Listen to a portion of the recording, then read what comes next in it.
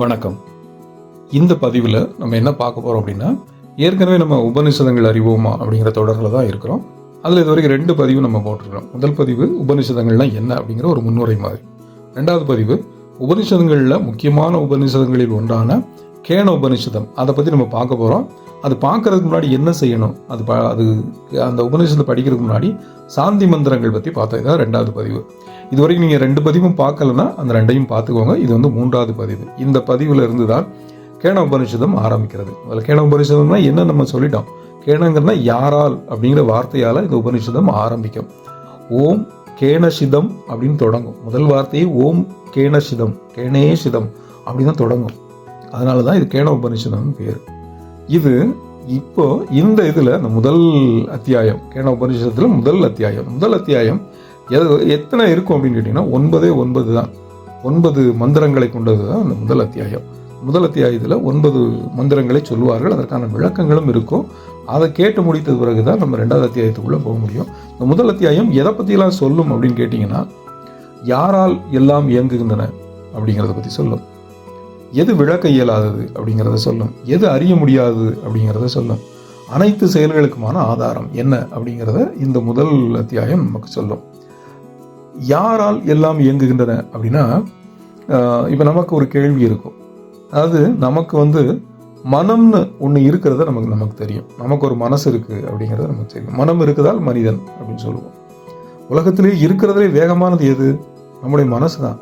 அது நினைக்கிற நேரத்தில் நிமிஷ நேரத்துக்குள்ள எங்கே வேணாலும் போயிட்டு எங்கே வேணாலும் வந்துடும். சரி, இந்த மனதிற்கு யார் இவ்வளோ வேகத்தை கொடுத்தது? இப்படி கேட்கும் கேன உபநிஷதம். உனக்கு மனம்னு ஒன்று இருக்கு தெரியும், ஆனால் இந்த மனம் இதுக்கான வேகத்தை யார் கொடுத்தது? இது கேள்வி கேட்டு பதிலை சொல்லும். சில கேள்விகள் பதிலாகவே அமையும், நமக்குள்ள பதிலை கொண்டு வரும். அப்படி கேன உபநிஷதம் படிக்கும்போதே நமக்குள்ள கேள்விகளை உண்டாக்கும். நமக்கான அறிவை நம்மளை தேட வைக்கும். அதுதான் இதோடைய சிறப்பே, இந்த உபநிஷதத்தின் சிறப்பு. இப்போ அதை கேட்குற கேள்வியை பாருங்க. உனக்கு மனம் இருக்கிறது தெரியுது. உன் மனதிற்கு அந்த விரைவு, அந்த வேகத்தை கொடுத்தது யார்? இப்போ நம்ம மனம் நாமே யோசிக்க ஆரம்பிப்போம். ஆமாம், நம்ம மனசு இருக்கு, இதுக்கு யார் வேகம் கொடுத்தது? அது மெல்ல மெல்ல மெல்ல அடுத்தடுத்து விளக்க ஆரம்பிக்கும். கேன மனுஷன் இப்போ சொல்ல ஆரம்பிக்குது பாருங்க. பிராணம்னு ஒன்று இருக்கு. அதாவது நமக்குள்ள ஒரு மூச்சு வாயு சுவாசிக்கிறோம் இல்லையா, அந்த நல்ல மூச்சு வாயு. அது உலகம் முழுக்க நிறைந்து உலகத்தை இயக்குகிறது. ஒரு ஆற்றலாக அந்த பிராணம் இயக்குகிறது. அந்த பிராணனின் ஒரு அம்சம் நம்ம உடம்புலையும் செயல்படுது. இது நமக்கும் தெரியும். நம்ம உடல், அதன் இயக்கங்கள், மனம், அதன் செயல்பாடுகள் அனைத்தும் பிராணன்கிற அந்த ஆற்றலில் தான் இயங்குகிறது. ஒருவேளை பிராணவாயு இல்லைன்னு வச்சுக்கோங்க, மனம் இயங்குமா? உடல் இயங்குமா? இயங்காது. அந்த பிராணவாயுங்கிறது தான் இந்த மனமும் உடலும் நமக்கு இயங்கிக்கிட்டு இருக்குது. சரி, இந்த பிராணனை இயக்குவது யார்? இது அடுத்த கேள்வி கேன உபநிஷதம் கேட்குது. இது பல்லாயிரம் ஆண்டுகளுக்கு முன்னாடி ரிஷிகளும் முனிவர்களும் அவங்க கண்டறிந்த உண்மைகள். அவங்க இப்படி கேள்வி கேட்டு நமக்கு ஞானத்தை போதிப்பார்கள். இது ரிஷிகளின் கேள்வி. அதனால கேள்விகளை கூர்ந்து கவனிங்க. பிராணனை இயக்குவது யார்? நமக்குள்ள ஒரு மூச்சு காற்று ஓடிக்கிட்டு இருக்குல்ல, இது யார் இயக்குறாங்க? நம்ம இயக்குறோமா? நம்ம இயக்கலை, அது ஓடிக்கிட்டே இருக்குது. அது எப்போ ஓட ஆரம்பிச்சது நமக்கு தெரியாது. எப்போ நிற்கும் நமக்கு தெரியாது. ஓடிக்கிட்டே இருக்குது. யார் இயக்குவது? இந்த ஞானத்தை நமக்குள் கொண்டு வருவது தான் இந்த உபனிஷதங்களின் நோக்கம். இப்போ கேட்குது பாருங்க. சரி, வாக்குன்னு நமக்கு ஒன்று இருக்குது. இந்த வாக்கு எதனால் இயங்குகிறது? நமக்கு கண், காது இப்படிங்கிற புலன்கள் இருக்குது. இந்த புலன்கள் யாரால் செயல்படுகிறது? இது அடுத்த கேள்விகள். உடம்பும் மனமும் புலன்களும் பிராணனும் எல்லாம் இயங்குவது யாரால்? இதுதான் முதல் சூத்திரம். நமக்கு உடல் இருக்குது, மனம் இருக்குது, நம்மக்கிட்ட புலன் இருக்குது, பிராணன் இருக்குது. இதெல்லாம் யாரால் இயங்குது? இதுதான் முதல் சூத்திரம். கேட்குது கேள்வி. உங்களுக்குள் இந்த கேள்விகளை நீங்களே கேட்டு பாருங்கள். மெல்லமாக கேட்டு பாருங்கள். அமைதியாக உட்காந்து கேட்டு பாருங்கள். உங்களுக்கு ஒரு விடை வரக்கூடும். இப்போ அடுத்து பதில் சொல்ல வருகிறது. முதல்ல நம்ம முதல் மந்திரத்தில் என்ன சொன்னோம்? இப்போ முதல் அத்தியாயத்தில் முதல் மந்திரம் 9 மந்திரங்கள். முதல் மந்திரம் பார்த்துட்டோம். முதல் மந்திரத்தில் என்ன சொன்னாங்க? உடம்பும் மனம் எல்லாம் யாரால் இயங்குகிறது அப்படின்னு கேள்வி எழுப்புறாங்க. இப்போ 2வது சூத்திரம் படிக்க போகிறோம். இந்த சூத்திரத்தில் அதுக்கான பதில் இருக்கிறது. உடம்பு, மனம், பிராணன் இதெல்லாம் இயங்குவது எதால? ஆன்மாவால் அப்படின்னு இந்த மந்திரம் சொல்லுகிறது. உடம்பு, மனம், ஆன்மா என பலவற்றின் தொகுதியால் ஆனவன் தான் மனிதன் அப்படின்னு அது விளக்குகிறது. நம்ம உடம்பின் செயல்பாடுகளோ அது இயங்குற உள்ள எப்படி என்ன உடம்புக்குள்ள என்ன நடந்துகிட்டு இருக்குன்னு நமக்கு தெரியுமா? ஆனால் உடம்பு இயங்குது, அது நமக்கு தெரிகிறது. ஆனால் உள்ள என்ன இருக்குன்னு தெரியாது. உடம்புக்குள்ள மனம்னு ஒன்று இருக்குது, அதையும் நமக்கு தெரியும். இந்த உடம்புங்கிறது வெறும் கருவி, அதை மனம் தான் இயக்கும். மனசு சொல்கிறது தான் நம்ம உடம்பு செஞ்சுக்கிட்டே வரும். இப்போ தூங்குதுன்னா தூங்கும், ஐயோ தூக்கமே வரலன்னா தூக்கம் வராது. மனதின் கருவியாகத்தான் உடம்பு செயல்படும். இந்த மனம் எங்கே இருக்குது, எதனால் ஆனது, எப்படி இயங்குது நமக்கு தெரியுமா? என்னைக்காவது யோசிச்சிருப்போமா? ஆனால் அது உடம்பை இயக்குகிறதுங்கிறது நமக்கு தெரியும். இந்த கண்ணு, காது, மூக்குன்னு 5 புலன்கள் இருக்குல்ல, இந்த புலன்கள் தான் மனதோட வாயில். இது வழியாகத்தான் புற உலகத்தை நம்ம மனசு பார்க்குது. இந்த மனம், அதற்கு பின்னாடி ஏதாவது இருக்கா? மனதை யாராவது இயக்குறாங்களா அப்படின்னா, மனதிற்கு பின்னாடி ஆன்மான்னு ஒன்று இருக்கிறது, உடம்புன்னு ஒன்று இருக்குது, உடம்புக்கு பின்னாடி மனம் இருக்குது, மனதிற்கும் பின்னாடி ஒன்று இருக்குது, அதுக்கு பேர் ஆன்மா. அந்த ஆன்மா தான் நம்முடைய மனதையும் உடம்பையும் இயக்குகிறது அப்படின்னு சொல்லுகிறது இந்த மந்திரம், 2வது மந்திரம். இப்போ இதை ஒரு சின்ன சம்மரைஸ் பண்ணுறேன் பாருங்க. புற உருவங்கள் எல்லாம் வெளியில் இருக்கிறதெல்லாம் கண்ணு பார்க்குது, கண்ணை மனம் பார்க்கறது, மனதில் எழுகின்ற எண்ண அலைகளை ஆன்மா காண்கிறது. இப்போ யார் உண்மையில் பார்க்கறது? கண்ணு பார்க்குதா, மனம் பார்க்குதா, ஆன்மா பார்க்குதா? ஆன்மா தான் எல்லாத்தையும் காண்கிறது, அதுதான் காண்பவன். ஆனால் ஆன்மாவை நம்ம பார்க்க முடியுமா? யாரும் பார்க்க முடியாது. இதுக்கு விவேகானந்தர் ஒன்று அழகாக சொல்வார். உடலுக்கும் மனதிற்கும் உள்ளே அழியாத உண்மை பொருள்னு ஒன்று இருக்குது. அந்த பொருளுக்கு பிறப்பும் இல்லை, இறப்பும் இல்லை, அது தானாகவே நிற்கும், எங்கும் நிறைந்தது, அதுக்கு உருவம் இல்லை. இது விவேகானந்தர் சொன்னது. ஆன்மத்தை பற்றி தான், ஆன்மாவை பற்றி, அதை பற்றி தான் விவேகானந்தர் இப்படி சொல்லியிருந்தார். நம்ம இப்போ 2 சூத்திரங்கள் பார்த்தோம், 3வதுக்கு போகிறோம். 3வது என்ன சொல்கிறது அப்படின்னா, என்ன எதை பற்றி சொல்ல வருதுன்னா, இறைவனை பற்றி சொல்ல வரும். இதுக்கப்புறம் 3லிருந்து 9 மந்திரங்கள் என்ன சொல்லும் அப்படின்னா, இந்த ஆன்மா எத்தகையது அப்படிங்கிறத குறித்து இனி அடுத்த 6 மந்திரங்களும் சொல்லும், 3லேருந்து 9 வரைக்கும். அது பாருங்க என்ன சொல்லும் அப்படின்னா, அங்கே கண் செல்வதில்லை. இது சமஸ்கிருதத்தில் இருக்கும். நான் உங்களுக்கு பொருள் மட்டும் சொல்கிறேன், அந்த மந்திரத்தை முழுமையாக சமஸ்கிருதத்தில் சொல்லாமல் அதனுடைய பொருளை மட்டும் நான் சொல்கிறேன். வாக்கும் மனமும் செல்வதில்லை, எனவே அது எத்தகையது என்பது எங்களுக்கு தெரியாது. அது எப்படி பிறருக்கு புரிய வைப்பது என்பதும் எங்களுக்கு தெரியாது. எங்களுக்கு தெரியாது அப்படின்னா அந்த ரிஷிகள் சொல்கிறாங்க, இந்த கேன உபனிஷதத்தை உருவாக்கிய ரிஷிகள் இருக்கிறாங்கல்ல, அவங்க சொல்லுவாங்க. அவங்க ரொம்ப எளிமையான மனிதர்கள், ஆனால் உலகத்தின் எல்லாத்தையும் புரிந்து கொண்ட மனிதர்கள், மகா அறிவாளிகள், இறைவனையே புரிந்து கொண்டவர்கள், இறைவனை உள்வாங்கி கொண்டவர்கள், எது இறைவன் அப்படிங்கிறத அறுதியிட்டு தெரிந்து கொண்டவர்கள், அறுதி உண்மையை அறிந்தவர்கள். ஃபைனல் ட்ரூத்னு சொல்லுவோம்ல, எக்காலமும் நிலை கொண்ட உண்மைன்னு ஒன்று இருக்கும், எட்டர்னல் ட்ரூத் அப்படிம்பாங்க. நிலை கொண்ட உண்மைன்னு ஒன்று இருக்கும், நமக்கு தெரிந்த உண்மைன்னு ஒன்று இருக்கும். நமக்கு தெரிந்த உண்மைன்னா நம்ம உதாரணமாக ஒன்று சொல்கிறேன்னு பாருங்களேன். சூரியன் கிழக்கில் உதிக்கும், இது நமக்கு தெரிந்த உண்மை. உண்மையிலேயே சூரியன் கிழக்கில் உதிக்குதா? இல்லை. பூமி சுழலுகிறது, சூரியன் நிலையா இருக்குது, பூமி சுழலுகிறது. அந்த சுழலுகிற வேகத்தில் அது கிழக்கும் மேற்கும் உதித்தும் மறைந்தும் தோன்ற மாதிரி நமக்கு தோன்றுது. இப்போ எது உண்மை? நிலைத்த உண்மை என்ன? இறுதி உண்மை என்ன? சூரியன் நிலையானது, பூமி சுற்றுகிறதுங்கிறது தான் இறுதி உண்மை. ஆனால் நம்ம முதல்ல என்ன படிப்போம்? சூரியன் கிழக்கில் உதிக்கும், மேற்கில் மறையும்னு ஒரு உண்மையை படிப்போம். அது மாதிரி தான் இறுதி உண்மைன்னு ஒன்று இருக்கிறது. அந்த இறுதி உண்மையை அறிந்தவர்கள் தான் ரிஷிகளும் முனிவர்களும். அவங்க சொல்கிறது தான் இது. அவங்க என்ன சொல்கிறாங்க, ஆன்மா இருக்கிற இடத்துல கண் செல்லாது, பார்க்க முடியாது ஆன்மாவை. நம்முடைய வாக்கும் மனமும் ஆன்மாவுக்கு போகாது, ஆன்மாக்குள்ளே போய் பார்க்க முடியாது. அதனால் ஆன்மா எப்படிப்பட்டது அப்படிங்கிறது எங்களுக்கு தெரியாது. ஏன்னா என்னுடைய ஆன்மாவை என்னால் பார்க்க முடியுமா? என் கண் அங்கே போகாது, என் மனமும் அங்கே போகாது. அதனால் என் ஆன்மாவை என்னால் பார்க்க முடியாது. அதனால எனக்கு அது எப்படி இருக்குன்னு தெரியாது. அதனை எப்படி பிறருக்கு புரிய வைப்பது என்பதும் எங்களுக்கு தெரியாது. இதுதான் 3வது மந்திரம். இப்படி சொல்லிட்டு அவங்க மெல்ல விளக்கிக்கிட்டே வருவாங்க. இப்போ 4வது மந்திரத்துக்கு போகலாம். அந்த ஆன்மா அறிந்தவற்றிலிருந்து வேறுபட்டது.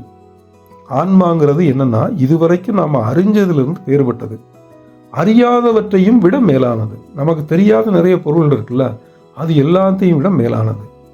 எங்களுக்கு அதை பற்றி விளக்கிய முன்னோர்களிடமிருந்து நாங்கள் இப்படி கேள்விப்பட்டிருக்கிறோம். இங்கே தான் அவங்க சொல்கிறாங்க, நாங்களே கண்டறியல, எங்களுக்கு எங்கள் முன்னோர்கள் சொன்னாங்க. எவ்வளோ எளிமையான மனிதர்கள் பாருங்கள். பெரிய அறிவாளிகள் எப்போதும் எளிமையாக தான் இருப்பாங்க. அவங்களுக்கு அகங்காரம் இருக்காது. அது மாதிரி தான் சொல்கிறாங்க. ஆன்மா நாம் அறிந்த எல்லாவற்றையும் விட வேறுபட்டது, அறியாதவற்றை விட மேலானது. எங்களுக்கு இதை பற்றி எங்கள் முன்னோர்கள் விளக்கி இருக்கிறாங்க, அவங்ககிட்ட இருந்து நாங்கள் இதை கேள்விப்பட்டிருக்கிறோம். எப்படி சொல்கிறாங்க பாருங்கள், ஆன்மாவை பற்றி சொல்லுகிறார்கள். இது நம்ம 4வது மந்திரம் பார்த்து விட்டோம். இப்போ 5வது மந்திரம் பார்க்க போகிறோம். 5வது மந்திரம் என்ன சொல்லுது? எது வாக்கினால் விளக்கப்பட முடியாததோ, எதனால் வாக்கு விளக்கம் பெறுகிறதோ அதுவே ஆன்மா. அதாவது நம்ம சொல்லால் விளக்க முடியாது ஆன்மாவை. இப்படி இப்படி இப்படி இருக்கும். இப்போ நம்ம ஒரு டிவி இருக்கும் அப்படின்னா அதை சொல்லிடலாம். நம்ம கையில் செல்ஃபோன் இருக்குன்னா செல்ஃபோன் எப்படி இருக்கும் அப்படின்னா இப்படி இருக்கும், இந்த வடிவத்தில் இருக்கும், இப்படியெல்லாம் இயங்கும்னு விளக்கிடலாம். ஸோ நம்மளால் விளக்க முடியாது, வாக்கினால் விளக்க முடியும். ஆன்மாவை விளக்க முடியுமா? விளக்க முடியாது. ஆனால் வாக்கு ஆன்மாவால் தான் விளக்கம் பெறுகிறது. இப்போ நான் பேசுகிற பேச்சு உங்களுக்கு விளங்குது இல்லை, புரியுது இல்லை? எப்படி புரியுதுன்னா என்னுடைய ஆன்மா தான் உங்களுக்கு புரிய வைக்கிறது. இதுதான் ஆன்மா அப்படிங்கிறாங்க. இங்கே வழிபடுகின்ற பொருள் ஆன்மா அல்ல என்பதை தெரிந்து கொள். இப்படி ஒரு வரி இனி எல்லாத்துலேயும் வரும், அடுத்து வர சூத்திரங்கள் எல்லாத்துலேயும் வரும். இங்கே வழிபடப்படுகின்ற பொருள் ஆன்மா அல்ல என்பதை அறிந்து கொள். இது நமக்கு சொல்றது. இது ஏன் சொல்றாங்க அப்படிங்கிறத நான் இதோட கடைசியில் உங்களுக்கு நான் சொல்லிட்டே வரேன். இப்போ 6வது சூத்திரத்துக்கு போயிடலாம். எது மனதால் அறியப்பட முடியாததோ, எதனால் மனம் அறியப்படுகிறதோ அதுவே ஆன்மா. இது ஆன்மாவுக்கான விளக்கங்கள் ஒன்னொன்னா நம்ம வாக்கால் சொல்லுவாங்க. எது மனதால் அறியப்பட முடியாததோ, எதனால் மனம் அறியப்படுகிறதோ அதுவே ஆன்மா. மனதால நம்ம மனசால, என்னுடைய மனதால என் ஆன்மாவை அறியப்பட முடியுமா? முடியாது. ஆனா என் மனம் எதையெல்லாம் அறிகிறதோ அது ஆன்மாவால் தான் அறிகிறது. இப்போ நீங்க என்ன நினைக்கிறீங்களோ உங்க ஆன்மா தான் உங்களை நினைக்க வைக்கிறது. இப்போ நீங்க இந்த காட்சி பதிவை கேட்டுக்கிட்டு இருக்கிறீங்கன்னா உங்க ஆன்மா உங்களை கேட்க வைக்கிறது. ஆனால் உங்க மனதால் உங்க ஆன்மாவை கேட்க முடியாது. இத்தகைய தன்மை கொண்டதான் ஆன்மா. இப்போ ஆன்மாவை பற்றி அவங்களோட டிஸ்கிரிப்ஷன் சொல்லிக்கிட்டே வராங்க, விளக்கிக்கிட்டே வராங்க ஒவ்வொரு வரியா. மனதால் விளக்க முடியாது. ஆனால் இங்கே வழிபடப்படுகின்ற பொருள் ஆன்மா அல்ல என்பதை புரிந்து கொள். இது நமக்கு சொல்றது. சரி, இது 6. 7வது என்ன? எது கண்களால் பார்க்கப்படுவதில்லையோ, ஆனால் எதனால் கண்கள் பார்க்கப்படுகின்றனவோ அதுவே ஆன்மா. உங்க கண்களால் பார்க்க முடியாத ஒன்று ஆன்மா. ஆனா உங்க கண்கள் எதையெல்லாம் பார்க்குதோ அதை செய்ய வைக்கிறது ஆன்மா தான். இப்போ ஆன்மாக்கான விளக்கத்தை பாருங்க. நீங்க பேசுறீங்களா, பேச்சு, அந்த பேச்சால ஆன்மாவை அறிய முடியாது. ஆனால் உங்களை பேச வைக்கிறது ஆன்மா தான். உங்கள் மனம் எல்லாத்தையும் நினைக்கிறதுல அந்த மனதால அறியப்பட முடியாத ஆன்மா. ஆனால் அந்த ஆன்மா தான் உங்க மனதை எல்லாத்தையும் நினைக்க வைக்கிறது. நீங்க கண்களால் ஆன்மாவை பார்க்க முடியாது. ஆனால் அந்த ஆன்மா தான் உங்கள் கண்களை பார்க்க வைக்கிறது. இதுதான் ஆன்மாக்கான விளக்கம். இப்போ இங்கே வழிபடப்படுகின்ற பொருள் ஆன்மா அல்ல. இப்போ நம்ம 7 பார்த்துட்டோம். இப்போ நம்ம 8வது மந்திரம் பார்க்க போகிறோம். 8வது மந்திரம் என்ன சொல்லுதுன்னா, எது காதுகளால் கேட்கப்படுவதில்லையோ, எதனால் காதுகள் கேட்கின்றனவோ அதுவே ஆன்மா. ஆன்மாவை நீங்கள் காதால் உணர்ந்து கொள்ள முடியாது. ஆனால் உங்க காது உணர்வு இல்லை, இந்த எல்லா செயலையும் ஆன்மா தான் செய்யுது. இதுக்கு பேர் தான் ஆன்மா. இங்கே வழிபடப்படுகின்ற பொருள் ஆன்மா அல்ல. சரியா? எது மூச்சினால் முகரப்படுவதில்லையோ, ஆனால் எதனால் மூச்சு முகர்கின்றதோ அதுவே ஆன்மா.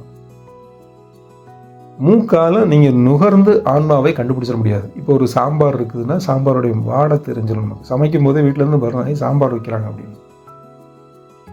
ஒரு நல்ல பூவோட மனம் வருது அப்படின்னா இங்கே ஏதோ மல்லிகைப்பூ பூத்துருக்குது அப்படின்னு நம்ம இரவில் நடந்து போகும்போது மல்லிகை பூத்துதுன்னா அதோட மனம் வரும். பாரிஜாதம் பூத்துதுன்னா அதோட மனம் வரும். இங்கே எங்கேயோ பாரிஜாதம் பூத்துருக்கு அப்படின்னு நமக்கு தெரியும். மூக்கால் உணர்ந்து கொள்ள முடியும். ஆனால் ஆன்மாவை உணர முடியுமா? மூக்கால் உணர முடியாது. ஆனால் உங்கள் மூக்கு எதையெல்லாம் உணர்கிறதோ அதை செய்ய வைப்பது ஆன்மாதான். இங்கே வழிபடப்படுகின்ற பொருள் ஆன்மா அல்ல என்பதை புரிந்து கொள். இப்போ 9 முடிஞ்சது சொல்லிட்டாங்க. இப்போ என்ன அது இங்கே வழிபடப்படுகின்ற பொருள் ஆன்மா அல்ல அப்படின்னா என்ன பொருள்? ஏன் இதை இந்த வார்த்தையை திரும்ப திரும்ப திரும்ப திரும்ப சொல்லிட்டு வர்றாங்க? இதுக்கு நம்ம விளக்கம் சொல்லணும்ல. இந்த 5 மந்திரங்கள்லையும் ஒரு வரி மீண்டும் மீண்டும் சொல்றாங்க. எதுக்கு இங்கே வழிபடப்படுகின்ற பொருள் ஆன்மா அல்ல அப்படின்னா என்ன அந்த கருத்து? அப்ப ஆன்மானா என்ன என்ன சொல்றாங்க அப்படின்னா, ஆன்மா என்பது இறைவன் தான். எங்கும் நிறைந்த இறைவன் தான் நம்மில் ஆன்மாவாக விளங்குகிறார். நமக்கு இறைவன், கடவுள், தெய்வம்னா என்ன நினைவுக்கு வரும்? டக்குன்னு கோயில், தெய்வம், வழிபாடு, இதுதான் நமக்கு டக்குன்னு நினைவு வரும். அது ஆன்மா அல்ல, அது இறைவன் அல்ல அப்படின்னு இங்கே சொல்கிறாங்க இந்த சூத்திரத்தில். நான் இதை உங்களுக்கு சொல்ல வந்ததே இதுக்காகத்தான். இறைவனை பற்றிய உண்மையான கருத்தை நம்முடைய இந்து மதம் எங்கே சொல்லியிருக்குன்னு பாருங்கள். நீங்கள் மதத்திற்குள் ஆழ்ந்து படிக்கின்ற பொழுதுதான் இறைவனை பற்றிய உண்மையான தத்துவங்கள் நமக்கு பிடிபடும். கோவில் வழிபாடு அப்படிங்கிறது எதுக்காக வச்சுருக்காங்க? கல்லுலையும் செம்பிலையும் இல்லை வீட்டில் பூஜைகளில் காகிதங்களாலும் செய்து வைப்பார்கள். இது கடவுள் இல்லைன்னு நமக்கு தெரியும். நம்ம வீட்டில் ஒரு படம் இருக்கும், வெறும் காகிதத்தில் செஞ்சு மையால் ஆனது. அது கடவுளா? கடவுள் இல்லை, நமக்கு தெரியும். ஆனால் கடவுளை காண்பதற்கான ஒரு வழி, முதல் படி அது. நீ கடவுளை நோக்கி நகர்வதற்கான முதல் படியாக தான் இந்து மதம் அதை உருவாக்கி வச்சிருக்கிறது. அதுவே கடைசி படி இல்லை. அதைத்தான் நம்முடைய இந்து மதம் சொல்லுகிறது. அதை மாதிரி இறைவனை கண்டுகொண்டே செல்வதற்கான முதல் படி தான் அது. நீங்கள் முதல் படியில் ஏறினீங்கன்னா அடுத்த படிகளில் ஏறிக்கிட்டே வரணும். நான் இப்போ உங்களுக்கு இந்த உபதேசத்தை சொல்லுவதற்கு காரணம் அதுதான். ஒவ்வொரு படியாக ஏறி போவோம். நம்ம எல்லாரும் சேர்ந்து ஒவ்வொரு படியாக ஒருத்தர் கையை பிடிச்சிட்டு ஏறி போவோம். நான் ஏறுறேன், என் கூட கையை பிடிச்சிட்டே வாங்க. முதல் படியை கடந்து விட்டோம், நான் முதல் படியை கடந்துட்டேன். இது கடவுள் இல்லை அப்படின்னு நம்ம மதம் சொன்னதை நான் புரிந்து கொண்டேன். அதை உங்களுக்கும் சொல்கிறேன். நீங்களும் வாங்க, நம்ம அடுத்த படிக்கட்டில் ஏறுவோம். அதுதான் அது. கோவிலும் தெய்வ வழிபாடும் அப்படிங்கிறது முதல் படி இறைவனை நோக்கி நெருங்குவதற்கு. ஆனால் அது உண்மை இல்லை. அப்போ ஆன்மாவை காண்பதற்கான இன்னொரு படி என்ன அப்படின்னா, ஆன்மாங்கிறது நம்மில் நிலவுகின்ற இறைவனை அறிவதற்கான ஒரு படி. நாம வெளியில செய்கிற வழிபாடு என்பது அதோடைய முதல் படிதான். இதை நாம திருநாவுக்கரசுல இருந்து எடுத்துக்கலாம். அப்பர் பெருமான் இருக்கார் இல்லையா, நாயன்மார்கள்ல 64 நாயன்மார்களில் ஒருவரான அப்பர், அவற்றிலிருந்து எடுத்துக்கலாம். அவர் சொல்றாரு, தேடி கண்டுகொண்டேன் திருமாலோடு நான்முகனும் தேடி தேட ஒண்ணாத தேவனை என்னுள்ளே தேடி கண்டுகொண்டேன். இது திருநாவுக்கரசர் சொன்னது. திருமாலும் நான்முகனும் அவனை தேடினாங்க. தேடி தேடி அவங்களால கண்டுபிடிக்க முடியல. ஆனா நான் அவனை கண்டுபிடிச்சுக்கிட்டேன் அப்படிங்கிறாரு. எங்க கண்டுபிடிச்சேன்? எனக்குள் கண்டுகொண்டேன் அப்படிங்கிறார். இந்த நம்முடைய உபனிஷதமும் கேன உபனிஷதமும் அதைத்தான் சொல்லுகிறது. நாம வழிபடுகின்ற விக்கிரங்களும் படங்களும் உண்மையான இறை அனுபவத்திற்கு ஒரு படி, ஒரு ஃபர்ஸ்ட் ஸ்டெப். அதான் நம்ம அந்த ஃபர்ஸ்ட் ஸ்டெப்லேயே நிறைய பேர் தேங்கி நின்றுறோம். அதை கடந்து வாங்கன்னு இந்து மதம் சொல்லுகிறது. நீங்கள் முதல் படியை கடந்து வாங்க. ஆனால் அது அறுதி நிலை இல்லை அப்படின்னு சொல்றதுக்காக தான் இந்த மந்திரங்கள் திரும்ப திரும்ப சொல்லுது. இங்கே வழிபடப்படுகின்றது தெய்வம் அல்ல அப்படின்னு எதை சொல்லுதுன்னா, நாம் பார்க்கறது, நாம் பார்க்குற கோயில், பூஜை, புனஸ்காரம், இந்த படங்கள், இதெல்லாம் தெய்வம் இல்லை. ஆனால் தெய்வத்தை அடைவதற்கான முதல் படி. நீங்கள் அடுத்த படிக்கு போகணும். அது எப்படி போகிறது? அடுத்த அத்தியாயத்தில் கேன உபனிஷதம் இதை விளக்கும். இப்போ முதல் அத்தியாயம் நிறைவுற்று இருக்கிறது. அடுத்த அத்தியாயங்களை பார்க்கும்போது நாம் அதற்கான விளக்கத்தை பெறலாம். உபனிஷத்தை தொடர்ந்து வாருங்கள். இதை பற்றி நாம் தெரிஞ்சுக்கலாம், எல்லோரும் தெரிந்து கொள்ளலாம். தெரிந்து கொண்டு நம்முடைய ஆன்மீகத்தில் அடுத்தடுத்த படிகளில் உயர்ந்து இறைவனை நெருங்குவதற்கு நாம் முயற்சி எடுப்போம். நன்றி, வணக்கம்.